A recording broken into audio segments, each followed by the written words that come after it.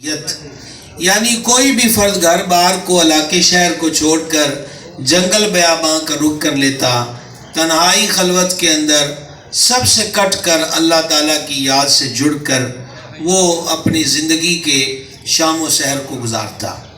نبی پاک علیہ الصلوۃ والتسلیم نے رہبانیت سے منع کر دیا کہ تم راہب نہ بنو، زندگی میں رہو، دین اسلام دین فطرت ہے، لوگوں میں رہو۔ اور صوفیہ کہتے ہیں کہ مرد وہی ہے کہ دنیا میں وجود رہے اور دل اس کا رب العزت کی یاد سے سرشار رہے، اس کے اندر کوئی کمی اور نقص اور خامی نہ آئے۔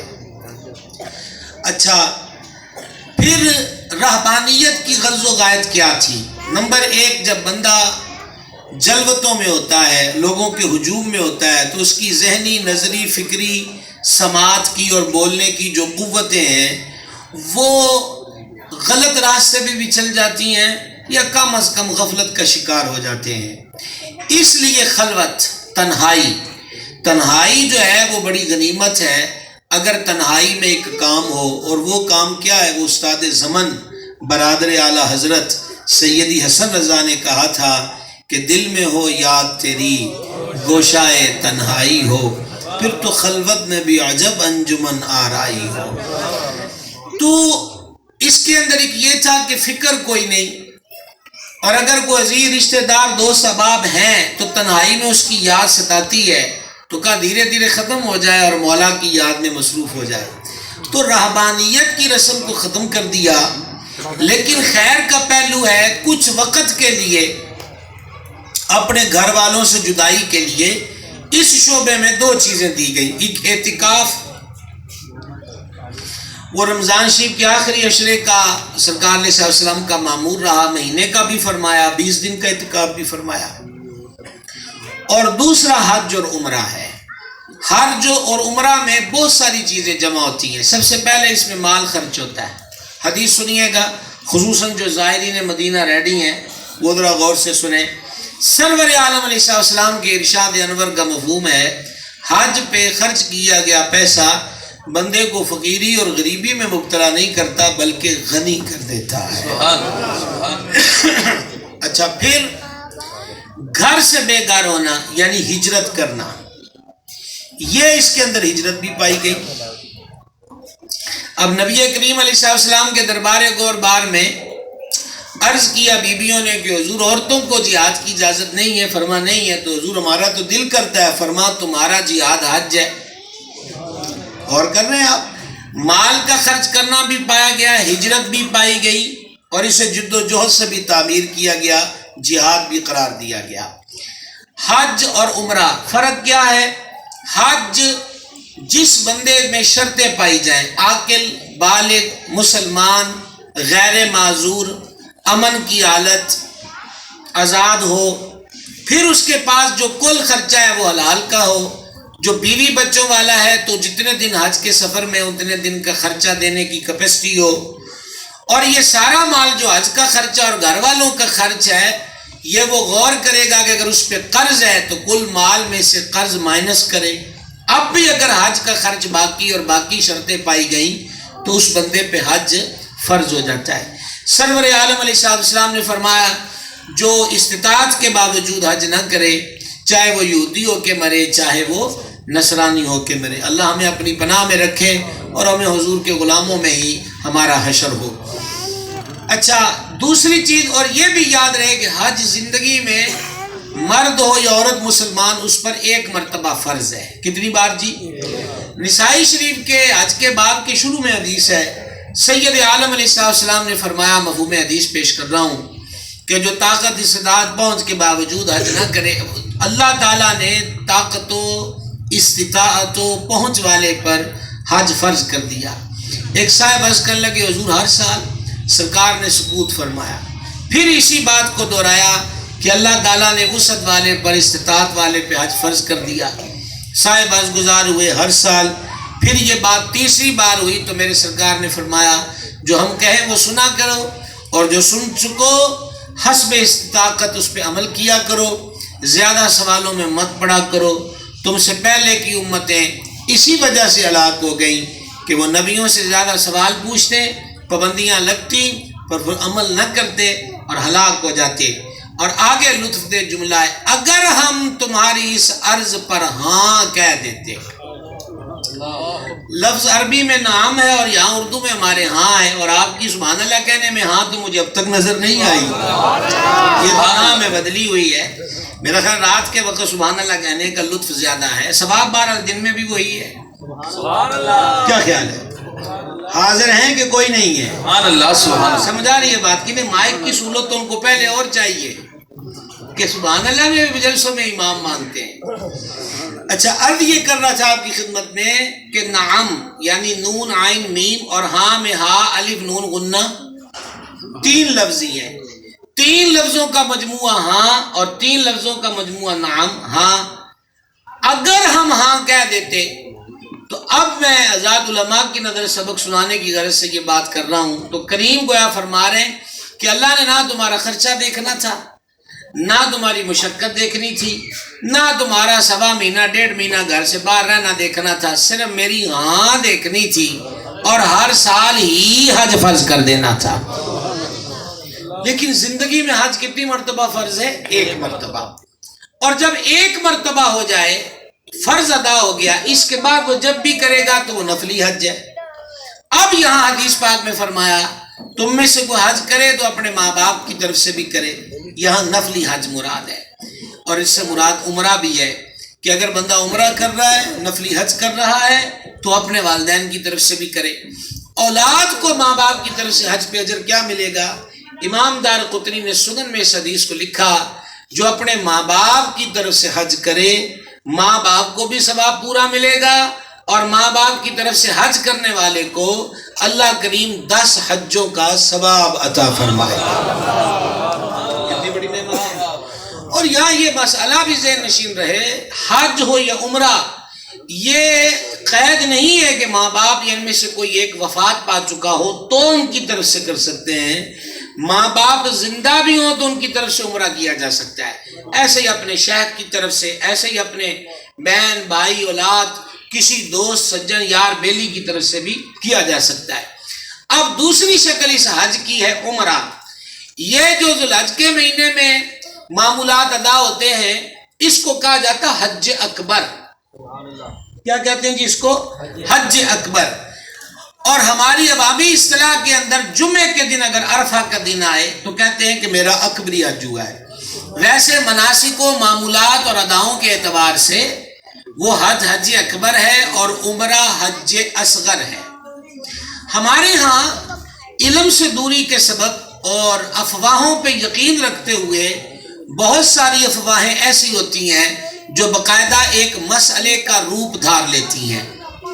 انہی میں سے ایک یہ ہے، توجہ ہے آپ کی، انہی میں سے ایک یہ ہے کہ جس نے عمرہ کر لیا اس پہ حج فرض ہو گیا۔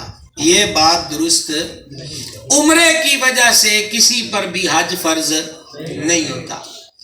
اور انہی میں سے عمرے کے بارے میں یہ ہے کہ اگر عمرہ کرنے والے کو کسی نے کہہ دیا حاجی صاحب، تو دوسرا حاجی یہ بڑے حج جاڑا انہیں کہنا پائی نے عمرہ کیتا ہے تو انہوں کڑے صاحب چاجی آکھیا، یعنی یہ تھوڑے سے پیسے لگا کے اور 15-20 دن کر کے بھی حاجی تیسی بھی ایڈا کچھ کیتا ہے تیسی بھی حاجی، فرق تو کوئی نہ رہا۔ تو میرے بھائی اس کو بھی حاجی اگر کسی نے کہہ دیا تو پرابلم والی بات نہیں ہے، یہ عمرہ حج اصغر کہلاتا ہے۔ ہاں جمعہ کے دن عرفہ کا دن آئے تو جمعے کی نیکی عام دنوں کی نیکی سے ویسے ہی اجر و ثواب میں بڑھ کر ہوتی ہے اور برکت کا سامان ہوتی ہے۔ مسئلہ سمجھ میں آ گیا تو آپ سبحان اللہ کہہ سکتے ہیں، سمجھ میں آ گیا ہو تو۔ اچھا، میں چاہتا ہوں کہ یہ محفل مدینہ ہے اور تھوڑے تھوڑے بنیادی مسئلے بھی آپ کی خدمت میں عرض کر دیے جائیں، اور آپ تو بڑی دیر لگا رہے اور ہم جلدی مدینہ شریف حاضری چاہتے ہیں۔ اچھا، اب اس کے بعد حج ہو یا عمرہ ہو، ایک چیز ذہن میں رکھیے، جیسے میں نے پہلے عرض کیا کہ پیسہ حلال آمدن سے ہو، یہاں 2 چیزوں کی اشد ضرورت ہے، ایک مال کا پاک ہونا، ایک نیت کا پاک ہونا۔ حدیث پاک میں ارشاد ہوا اللہ رب العزت پاک ہے اور پاک کے سوا کچھ قبول نہیں کرتا، لہذا نیتوں میں بھی پاکیزگی ہو اور مال کے اندر بھی پاکیزگی ہو اور پھر بھی بندہ عرض جاری رکھے کہ میں نے اپنی حیثیت کے مطابق مالک یہ کر لیا ہے، ربنا تقبل منا انک انت السمیع العلیم، قبولیت پھر تیرے کرم پر ہے، تو چاہے قبول کر لے چاہے رد کر دے۔ حج کی جزا کیا ہے؟ سرور عالم علیہ الصلوۃ والسلام نے فرمایا، مفہوم حدیث پیش ہے، جس نے حج کیا، شادی شدہ ہے اور ایام حج میں اور احرام کی حالت میں وہ حقوق زوجیت کی طرف نہیں گیا، اور دوسرا گالی اور جھگڑے سے اس نے اپنے آپ کو بچایا، تو فرمایا ایسے حاجی کی جزا جنت ہے، اور ایسا حاجی گناہوں سے یوں پاک ہوتا ہے جیسے اس دن تھا جس دن ماں کے پیٹ سے پیدا ہوا تھا۔ کمزور آواز ہے، اب بھی کمزور آواز ہے، بات کی سمجھ آ رہی ہے؟ اب یہاں ایک چیز بیان کی گئی ہے، جھگڑے بھی نہیں، گالی بھی نہ دے۔ صدر الشریعہ جو خلیفہ اعلیٰ حضرت ہیں اور جنہوں نے اردو زبان میں فقہ حنفی کا انسائیکلوپیڈیا تحریر کیا، بہار شریعت، سلطان اورنگزیب عالمگیر رحمۃ اللہ علیہ نے 20 علماء کو جمع کر کے، سینکڑوں علماء کو جمع کر کے فتاوی عالمگیری مرتب کیا، اور ایک امام احمد رضا کے خلیفہ نے سینکڑوں علماء کا اردو زبان میں کام کیا، اور وہ ہے بہار شریعت۔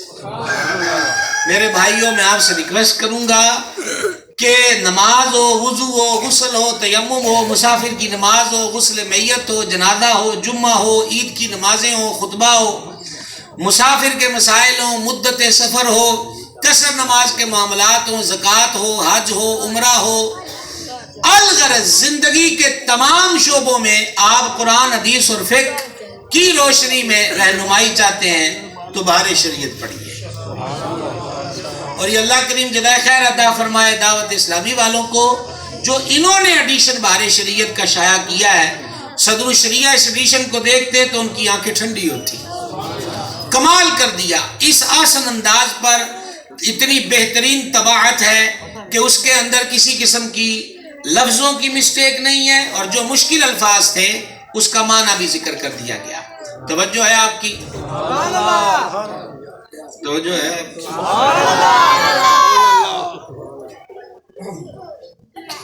دوبارہ پوچھنا چاہتا ہوں، یہ بہار شریعت کو پڑھیے۔ صدر الشریعہ وہاں پر ایک بات لکھتے ہیں، میں اس حدیث کے تحت آپ کی خدمت میں عرض کر رہا ہوں، وہ فرماتے اس دور کے اندر ہوتے تھے جمال، ہوتے تھے اونٹوں والے، اب تو ٹیکسی ڈرائیور ہو گئے۔ آپ فرماتے ہیں کہ ان کے مزاج میں تھوڑی سختی ہوتی ہے، پر ان سے الجھنا مت، کیا خبر کہ اس ساربان کے ذریعے ہی تمہیں آزمایا جا رہا ہو۔ تو بات کی سمجھ آئی ہے؟ کیا خبر کہ اس کے ذریعے تمہیں آزمایا جا رہا ہو۔ لہٰذا حج کشتی، دنگا اور اپنی طاقت کے، اور عمرہ بھی اس میں شامل ہے، اظہار کے لیے نہیں ہے۔ ہم اس وقت پہلوان بنتے ہیں جب ہم تل جائیں کہ حجر اسود چومنا ہے۔ حجر اسود چومنے کی کیا فضیلت ہے؟ یہ چومنے والے کی گواہی دے گا، سمجھ رہے؟ حدیث میں لکھا ہے کہ مالک مجھے فلاں جو فلاں کا بیٹا اس نے چوما تھا، دوسرا حجر اسود کو بوسہ دیا جائے تو مجھے گناہ چوس لیتا ہے۔ اور جب یہ حجر اسود جنت سے آیا تھا تب یہ حجر ابیض تھا، سفید تھا، یہ گناہ چوس چوس کر کالا ہو گیا ہے، یہ بھی آپ دیکھیے۔ لیکن قربان کریم کی کریمی پر کہ اگر ہونٹوں سے نہ چوما جائے تو کہا استلام کر لو، ہاتھ لگا کے ہاتھ چوم لو، وہی ہے۔ وہ بھی نہیں تو چھڑی پاک ہو، وہ لگا کے وہ چوم لی، وہی فضیلت ہے۔ وہ بھی نہیں تو حجر اسود کی سیدھ میں کتنے ہی میٹر دور کھڑے ہو کر لیا، فضیلت پھر بھی وہی ہے۔ تو جب فضیلت وہی ہے تو بھائی جی اپنی کونیاں دوسروں کی پسلیوں میں گھسیڑنے کا مطلب دھینگا مشتی کرنا، گرانا، پٹکنا اور دوسروں کو تکلیف دے کے، دھکا دے کے پانا کیا ہے؟ فضیلت۔ اور حرم کا ایک گناہ 1,00,000 گناہ لکھا جاتا ہے۔ تو لہذا یہ صبر کا مقام ہے، یہ آسان سفر نہیں ہے، اور اگر ادب اوڑھنا بچھونا ہو جائے تو اس سے آسان بھی کوئی نہیں ہے۔ سبحان اللہ۔ اچھا جناب، مکہ شریف کی ایک نیکی 1,00,000 نیکی کے برابر، اور اگر حرم مکہ میں ایک گناہ کیا تو کتنے گناہ لکھے جاتے ہیں؟ 1,00,000۔ لہٰذا یہ بات بھی ضروری ہے کہ جہاں ہم نیکیوں کو شمار کرتے ہیں وہاں دھیان رہے کہ کسی کی غیبت نہ ہو، کسی کی چگلی نہ ہو۔ اور یہ میں اپنے مرشد کریم کی عطا سے 7 بار حاضر ہوا مدینہ عالیہ منورہ میں۔ اب بھی شاہ صاحب سے کہیں گے کہ دعا کر دو جناب اتنے جا کے۔ اعلیٰ حضرت کو کئیوں نے دعا کے لیے کہا، اعلیٰ حضرت روزہ انور پہ حاضر ہو کے کہتے ہیں، جن جن مرادوں کے لیے احباب نے کہا پیش خبیر کیا مجھے حاجت خبر کی ہے۔ حضور پتہ نہیں کتنوں نے مجھے کہا ہے کہ احمد رضا ساڈی ہے گل عرض کر دی، حضور تسی آپ ہی جان دیو اور میں کی عرض کراں، سارے نے تانوں پتہ ہے کہ کسے کی آکھیا ہے۔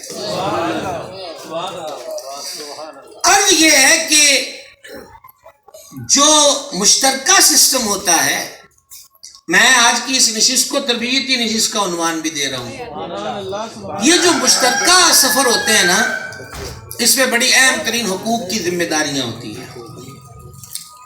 جو میں نے دیکھا، ایک تو بڑی عجیب بات ہے، اور اس کا 2004 میں پہلی بار گئے تھے، اور اس وقت جو دیکھ رہے تھے اب وہ کھل کر ہماری نگاہوں کے سامنے، حرم مدینہ حرم مکہ میں ہوٹل ہو، رہائش ہو تو حاجیوں کے ہی رہائش ہو، تو اس میں ٹی وی کا کیا کام ہے؟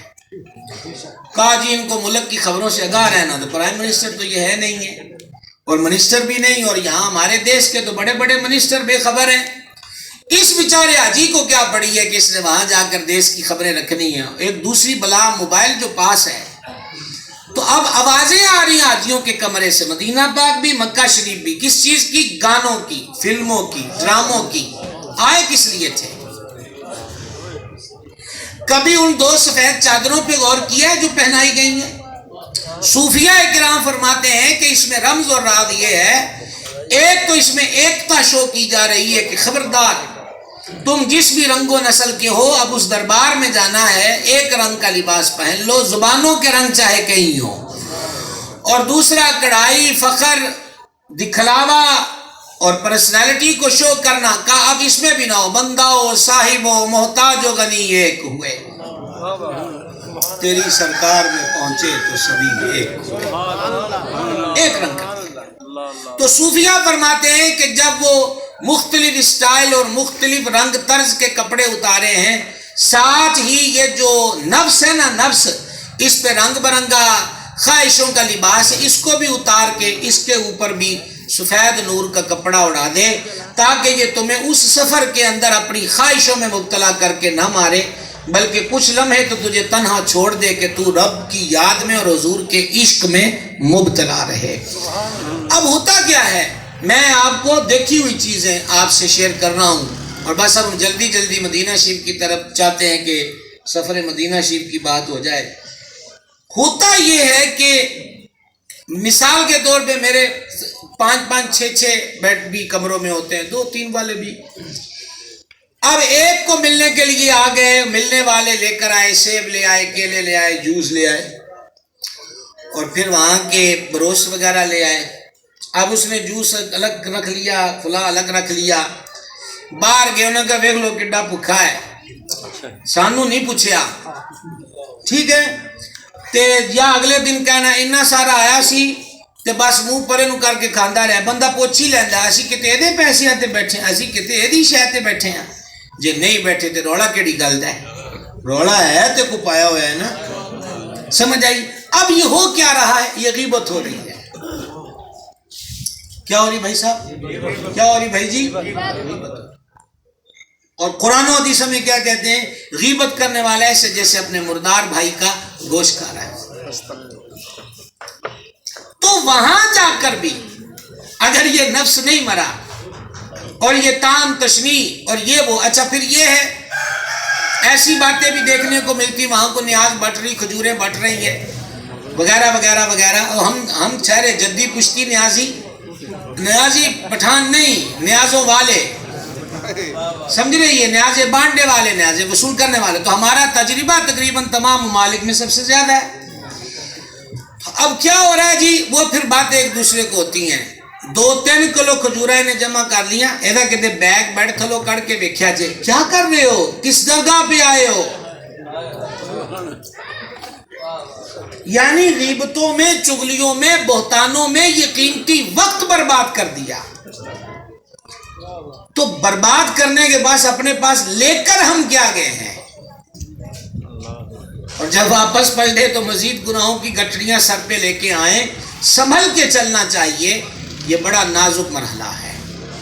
اور یہ یہود کی سازش ہے یا نصارہ کی، جو بھی موجودہ صورتحال سعودی عرب کی خصوصاً حرمین کی ہے، میں کہیں نہ کہیں کہتا ہوں کہ کوئی دشمن بھی غلبہ کرتا ہے تو اپنوں کی کوتاہیاں ہوتی ہیں. جس طرح پکنک پوائنٹ اور بے ادبی کا بازار گرم حرمین میں ہم نے اپنی آنکھوں سے دیکھا، شاید یہ اس کی سزا ہے کہ اب کعبے کے نزدیک بھی نہیں ہونے دیتے. روزہ انور کی حاضری بھی مخصوص ٹائم کے لیے، وہ بھی شاید سننے میں آتا کہیں ایک بار ہے. نمازوں کے لیے وہ بنا دیے گئے کہ وہ پہلے اجازت لے گا پھر وہاں جائے گا. کوئی تو کہیں ہم سے بھول ہوئی ہے جس کی سزائیں یہ ہیں، وگرنہ آسانیاں اور کشادگیاں بھی تھی. اب چلیے مدینہ شریف. بینی سہانی صبحوں میں ٹھنڈک جگر کی ہے، کلیاں کھلی دلوں کی ہوا یہ کدھر کی ہے. اور اس سے پہلے جانا ہے کعبہ شریف سے رخصت ہو کے طواف کر کے. اعلیٰ حضرت کہتے ہیں کہ جب ہم رخصت ہونے لگے تو حجر اسود نے ہم سے کہا، انتہائی آپ صاحب ذوق لوگ جو ہیں مزید باذوقی کا مظاہرہ فرمائیں گے، غور کریں گے. حجر اسود نے کہا، کالک جبی کی سجدہ در سے چھڑاؤ گے، مجھ کو بھی لے چلو یہ تمنا حجر کی ہے.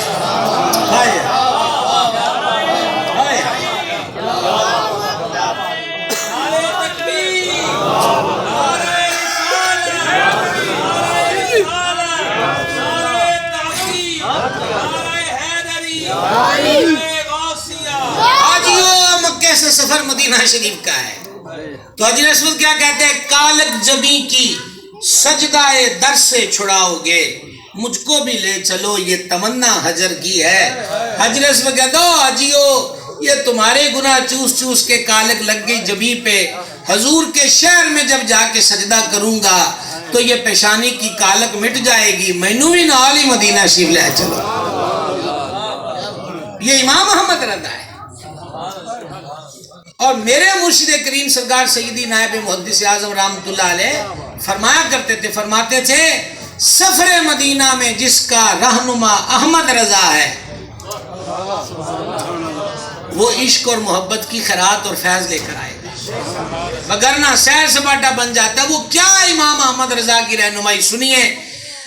میزاب زر سونے کا پرنالہ، عالم کہتے ہیں میں تیاری کر رہا ہوں کہ اب میں جا رہا ہوں آخری طواف کر رہا ہوں. تو پرنالے نے کیا کہا؟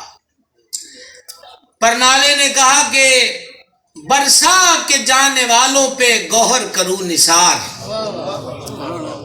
مزاب زر پرنالے نے کہا برسا کے جانے والوں پہ گوہر کروں نثار، ابرے کرم سے عرض یہ میزاب زر کی ہے. سونے کے پرنالے نے بارش برکھا بادلوں سے کہا تھوڑا جا میت پاؤ جی، یہ جو حضور کے شہر میں جا رہے ہیں میں ان پر موتی برسانا چاہتا ہوں. سبحان اللہ.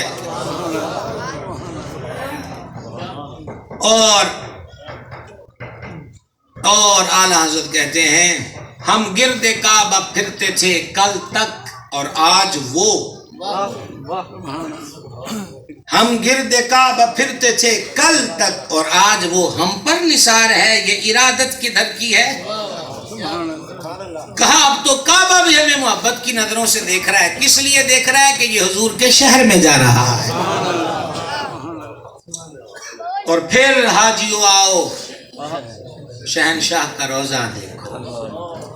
کعبہ تو دیکھ چکے، اب کعبے کا کعبہ دیکھو، اب کعبے کا کعبہ دیکھو. اور غور سے سنیے، اعلیٰ حضرت کہتے ہیں جمعہ مکہ تھا عید اہل عبادت کے لیے. جمعہ مکہ تھا، سن چکے نا کہ عرفہ کا دن جمعے کو آئے تو کون سا حج ہوتا ہے؟ بول لیجیے. تو عرض کہتے جمعہ مکہ تھا عید اہل عبادت کے لیے. مجرموں آؤ یہاں عید دوشنبہ دیکھو، آؤ ذرا پیر شریف والی عید مدینہ پاک میں دیکھو کہ اس کا نظارہ کیا ہوتا ہے۔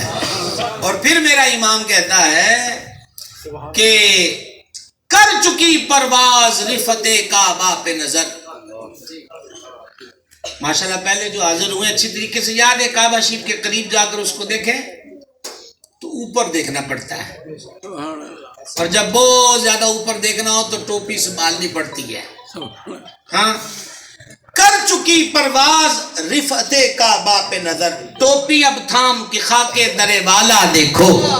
اور فعل مقدی مکائی اعلیٰ حضرت نے، امام کہتے ہیں غور سے سن تو رضا، کیا کہنے غور سے سن تو رضا، کعبے سے آتی ہے صدا، میری آنکھوں سے میرے پیارے کا روزہ دیکھو۔ یہ مدینہ شریف۔ اور سید العالمین خاتم النبیین علیہ الصلوۃ والتسلیم نے فرمایا جو حج کے لیے آیا، اگلے لفظ بڑے محبت میں ڈوبے ہیں اور اس شاخ کو ہلا دیتے ہیں، جو حج کو آیا اور میری زیارت کو نہ آیا، جو حج کو آیا اور میری زیارت کو نہ آیا، اس نے مجھ پر جفا کی۔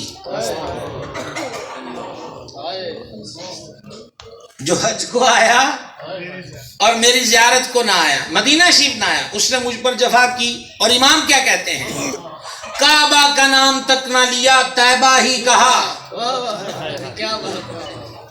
یہاں ایک لفظ آئے گا نہضت، ترجمہ پہلے کر دوں تاکہ آپ کو سبحان اللہ کہنے میں دقت نہ ہو۔ میاں چنو والے آدھے گھنٹے بعد شروع ہوتے ہیں سبحان اللہ کہنے، اور آج رات کا جلسہ نہیں ہے بھائی جی، اثر حضرات علماء کرام مفتیان نظام رونق افروز ہیں، تو نماز کا وقت قریب ہوا چاہتا ہے، اور اب مدینہ شریف ہے، مدینہ شریف سے نکلنے کو کس کا دل چاہتا ہے۔ نہضت کہتے ہیں کہ جیسے کوئی بیگ گٹھڑی لے کے سڑک کنارے کھڑا ہو اور کو پوچھے جناب شاہ جی کتنے چلے ہو، ٹھیک ہے، تو اعلیٰ حضرت کہتے ہیں کعبہ کا نام تک نہ لیا طیبہ ہی کہا، پوچھا تھا گر کسی نے نہضت کدھر کی ہے، فرما اسی تے جدو گنڈ چکی ہے سانو، جیس پوچھا احمد رضا کتھے، اخے مدینہ شریف۔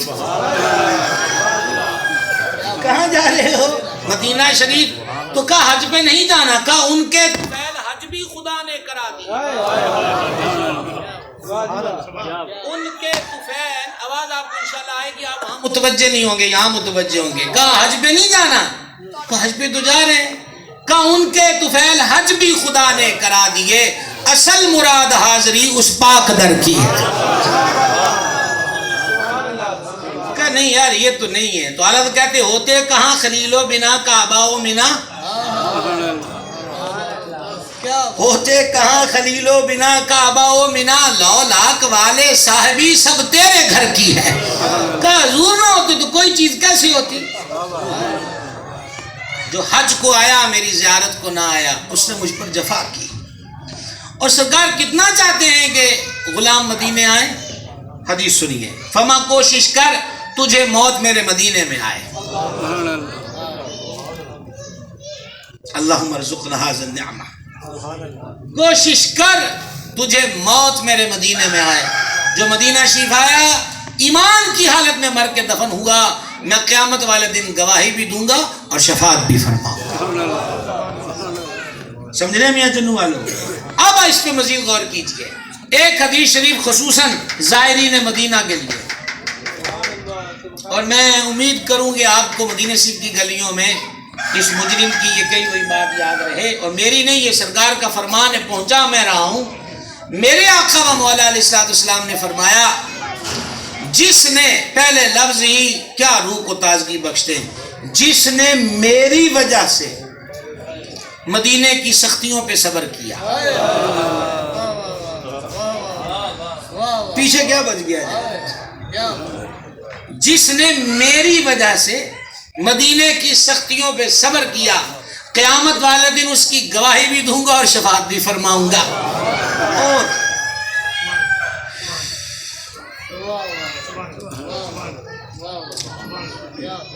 اور خدا شاہد کے مدینے میں سختیاں کیا ہوں گی،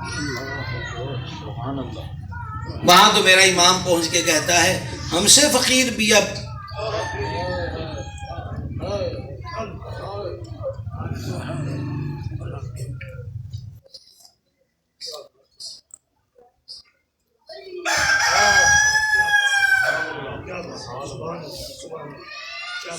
ہم سے فقیر بھی اب پھیری کو اٹھتے ہوں گے،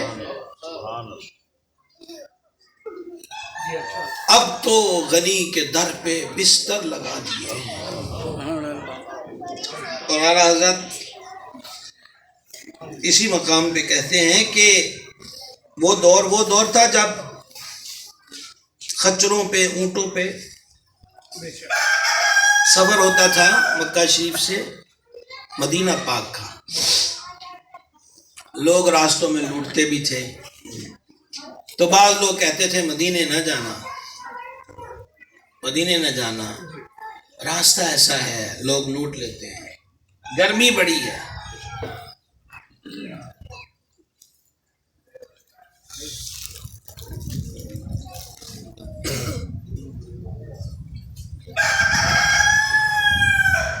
امام مدینہ شریف پہنچ کے کہتے ہیں کہ ہم کو تو اپنے سائے میں آرام ہی سے لائے،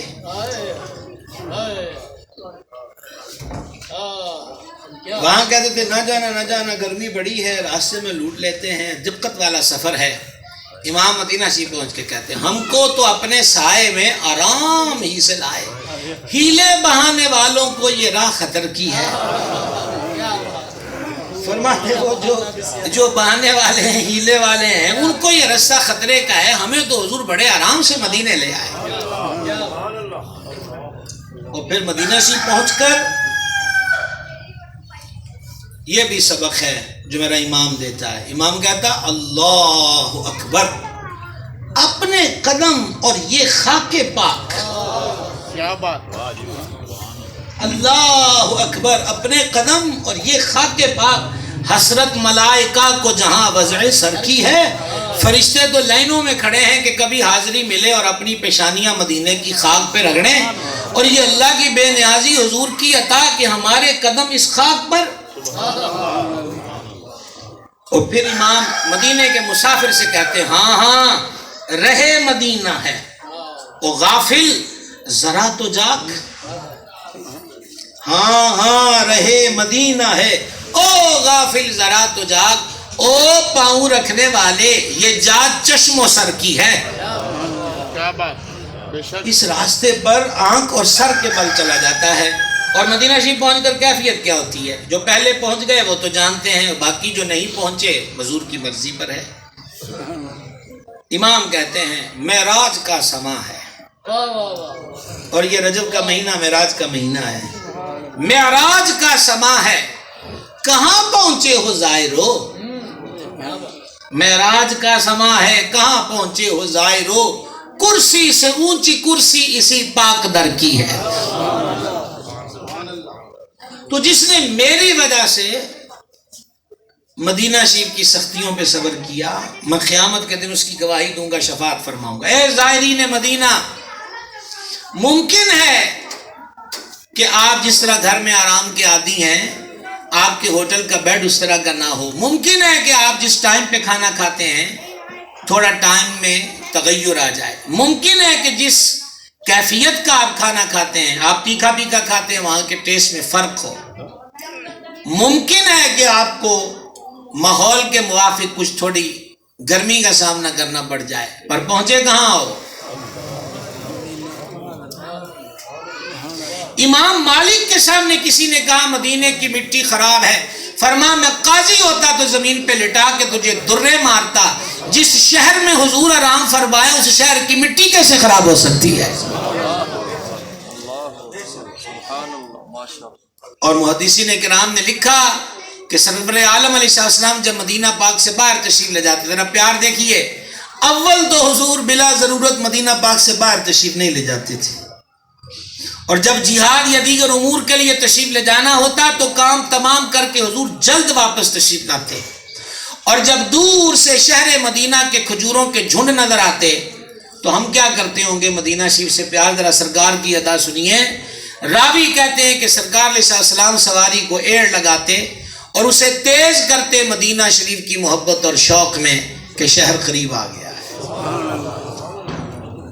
سمجھ رہے آپ؟ سرور عالم شفیع اعظم صلی اللہ تعالی علیہ وسلم کا شہر اہل محبت، اہل عشق کی محبت کا مرکز ہے. اور یاد رہے کہنے والے نے بڑی پیاری بات کہی تھی، وہاں ایک سانس مل جائے زہی ہے زیست کا حاصل. آپ کو ہفتہ ملا ہے، 10 دن ملے، 15 دن ملے، آپ تو قسمت کے دھنی ہیں. کہنے والے نے کہا کہ وہاں ایک سانس بھی مل جائے، وہاں ایک سانس مل جائے، یہی ہے زیست، پوری زندگی کا حاصل. وہ قسمت کا دھنی ہے جو گیا دم بھر مدینہ. میرے بھائی یہاں ایک اور بات قابل توجہ ہے. بڑے بڑے آئمہ اولیاء وہ مدینہ شریف حاضری دیتے. اب یہ بات بھی قابل توجہ ہے، مدینہ پاک حاضری کرتے، مدینہ شریف کی سرحد جہاں سے شروع ہوتی حرم کی، وہ اس حرم کی سرحد میں داخل ہو جاتے اور روضہ انور کی طرف منہ کر کے عرض کرتے. کلومیٹروں کا فاصلہ ہے، کلومیٹروں کا. مدینہ شریف کے حرم کی حدود میں داخل ہو کے، مسجد نبی کی بات نہیں کر رہا، حرم مدینہ کی حدود میں داخل ہو کے ہاتھ باندھ کے سلام پیش کرتے اور عرض کرتے، آقا آپ نے فرمایا ہے کہ حج کرنے آؤ تو میرے شہر میں بھی آؤ. یہ حکم نہ ہوتا تو ہماری جرت نہیں ہے ہمیں شہر میں قدم رکھ سکے. میرے بھائی کیا کمال کے لوگ گزرے. تو حضور اب بھی آپ کے حکم کی تمیل میں مدینے کی حد میں قدم رکھے ہیں، یہیں سے سلام قبول فرما لیں، آگے آیا نہیں جاتا.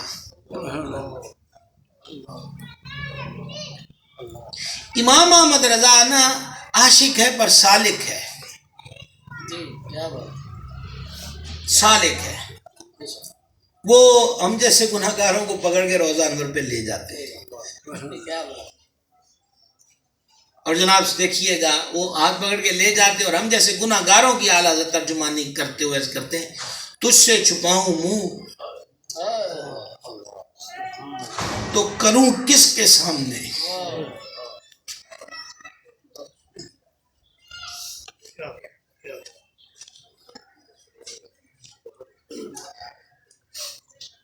تجھ سے چھپاؤں منہ تو کروں کس کے سامنے. کیا اور بھی